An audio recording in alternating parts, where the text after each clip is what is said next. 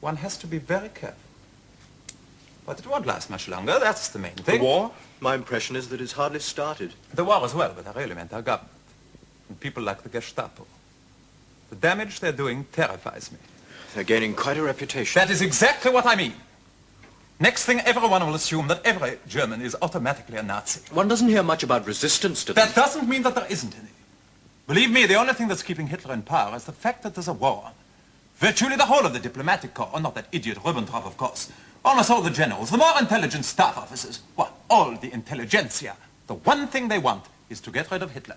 One would have imagined they could do just that if they really wanted. If they sneezed together, they'd blow him back to his native Austria. And the only reason they don't is that they feel committed to supporting him, at least passively, as long as there's a war. What's morale like in Britain? Good. Oh. I find it terribly touching. But it's a tragedy, Dick. Britain can't possibly win. Everyone knows that. The British don't. Well, everyone except the British. Let's be serious. Britain is isolated, not an ally in the world. Germany rules Europe. Now, the last thing I want is a Nazi Germany ruling Europe. But if Britain joined Germany, then all those of us who want to get rid of Hitler, we'd know we'd have the support of Britain. So Hitler would go. How? Does it matter how? Whether the army court-martials him or whether he just retires like the Kaiser did. After all, he's always saying he wants to get back to those wretched watercolors of his. How is unimportant. But until Britain realizes her position and realizes who her real friends are and stops forcing all the Germans who hate Hitler to support him because you bracket us all together, until then, I'm afraid we'll have to go on. And we'll go on until Britain surrenders. And you know what I feel about Britain. Well, same again. Thanks.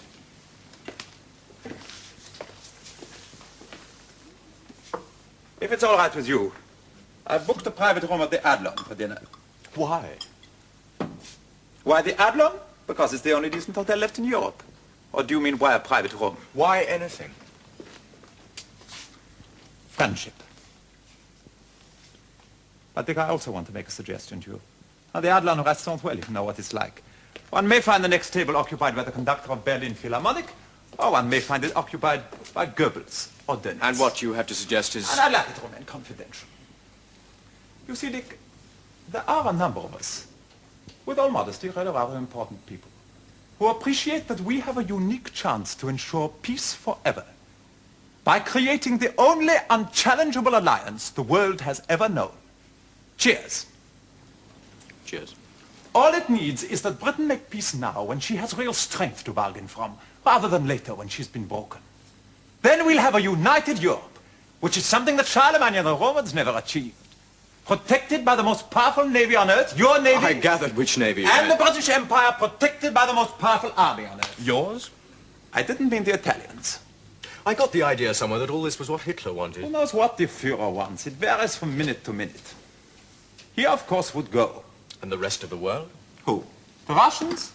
They wouldn't dare attack us. No, they could devote themselves to writing even longer novels.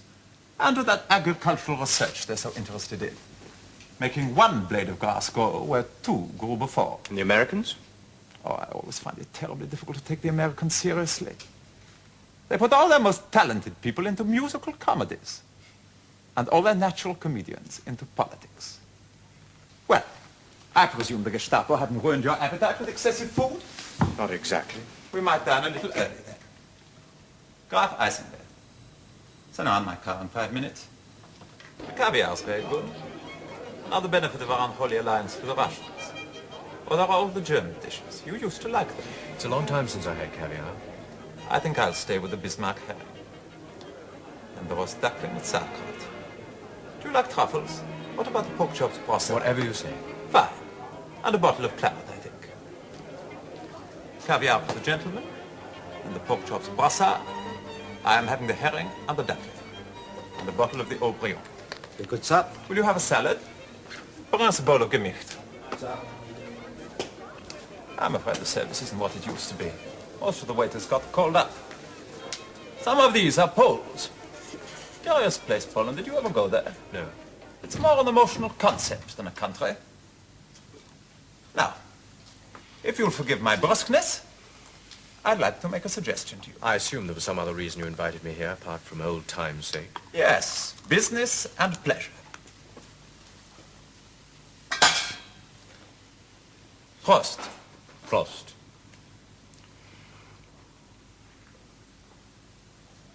But first, Dick, you must realize that I take a considerable risk in talking to you. I suppose so, yes. Until we do finally get rid of our ludicrous Führer, no German can feel really safe. So? I have already suggested to you that you accept a commission in the Free Corps. Which I declined. Of course. But my next suggestion is serious. Go on. The position now is better than most of us dared to hope. Britain's army has been destroyed, but your navy is intact. And your air force has done something which no one else has ever managed to do, which is to cut Reichsmarshal Goering down to size. The Battle of Britain, you mean? Battle of Britain, not the But Battle that of Britain. was the But if the Luftwaffe had won that, I doubt if the ordinary German would accept the idea of a negotiated peace. You think they would now? Oh, we Germans are very malleable. You overthrow the Nazis and have free elections. Not exactly free elections. It's not one of our national talents. The last few times we tried, Hitler came top. So who would govern? Responsible people. Including you? Yes, I would expect to be offered a post. Come in.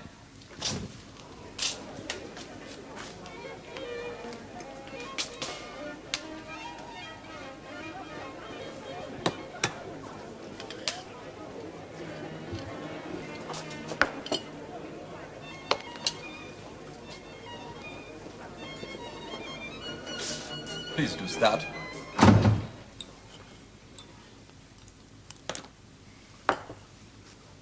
You see what I mean?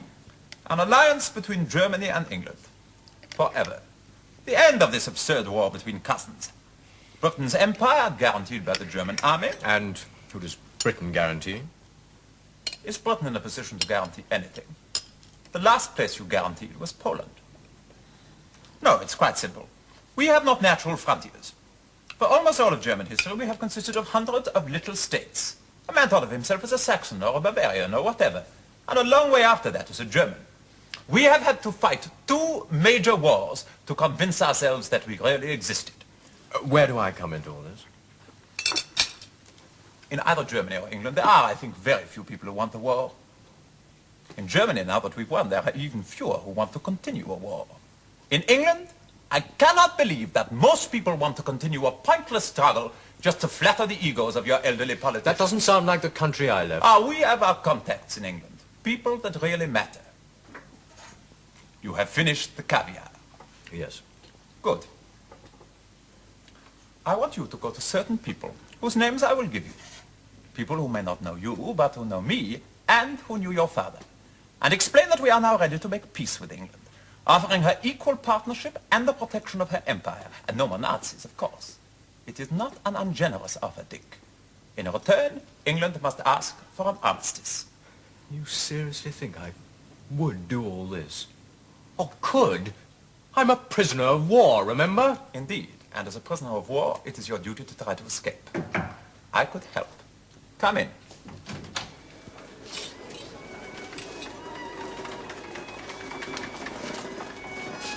I would suggest you left for Sweden. And may I ask why you trust me? Because you are an officer and a gentleman. You would give me your word. Of course, it must have occurred to you that I am connected with our intelligence. It more or less goes with the job. Just as your father was with British intelligence. If you broke your word and escaped to England with my help and then didn't make these contacts, or told the British authorities who these contacts were, it wouldn't make any difference. Nobody would believe you. No difference except to you, of course. Meaning what? I would feel an obligation to the people I am associated with. Let's not talk about that. No, let's talk about it. What difference would it make to me? Oh, believe me, I would hate to do this.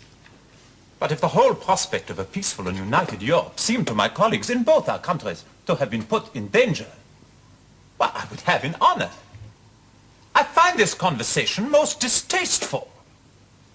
But the life of one man, even a friend, against the lives of thousands... Have me killed. We have an organization in England which could do that, no trouble at all. I only tell you because I know it will not happen. These people, why couldn't they do your liaison work? Why do you need me? You underestimate yourself. Obviously, if my colleagues and I are going to risk our lives, our real security being the certain knowledge that at the same moment that we have our coup, Britain will ask for an armistice, which she wouldn't ask for from the Nazis. Then we must work with people we can trust, not with the sort of people who are already working for us in England. It would be a gentleman's agreement. And you can't have a gentleman's agreement without gentlemen. You haven't touched your wife. In time. I prepared the spare bed at my flat. You can tell me your decision in the morning. Just one thing. Yes? Your plan. It all depends on Britain recognizing you. On Britain's request for an armistice, yes. I want to go back to England. Splendid. To go on fighting. I think that would be a tragedy. And I want you to help me. As you said, you're taking a risk in telling me all this. I said I wouldn't try to escape while I was with you. I didn't say I wouldn't repeat what you tell me. My dear Dick, you are a romantic. Who would you tell? And assuming you'd find someone who'd listen, do you think they'd believe me or you? I could have a damn good try. No, of course you couldn't. Officially you are here because I have been asked to identify you. I can and will assure the appropriate authorities that you are indeed my old friend Richard Blair. I can also tell them that you say you're an officer in the Royal Navy and that I'm inclined to believe you. But I could not possibly, in good faith, swear that you are not also a British agent. After all, it runs in the family. Think about it. Tell me your decision in the morning. I've already made my decision. And I won't be needing your offer of a bed.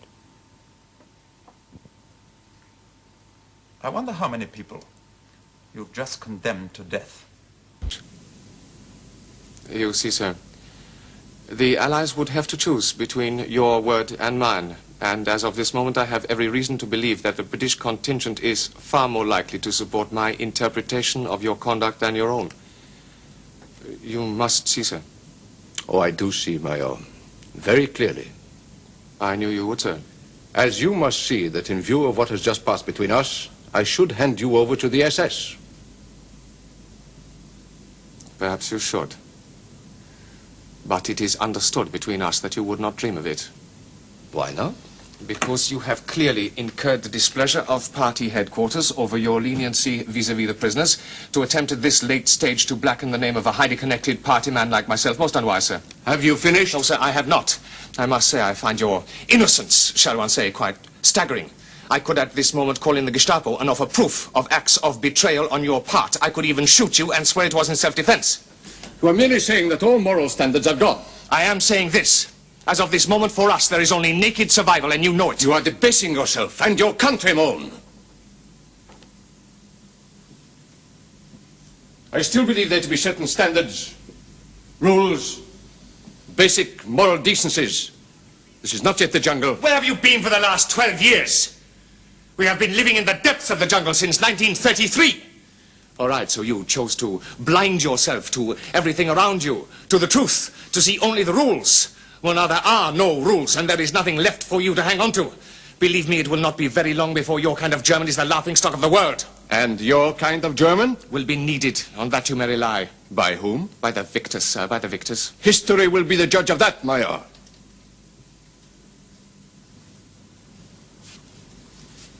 Meanwhile, you are relieved of all duties here at Colditz.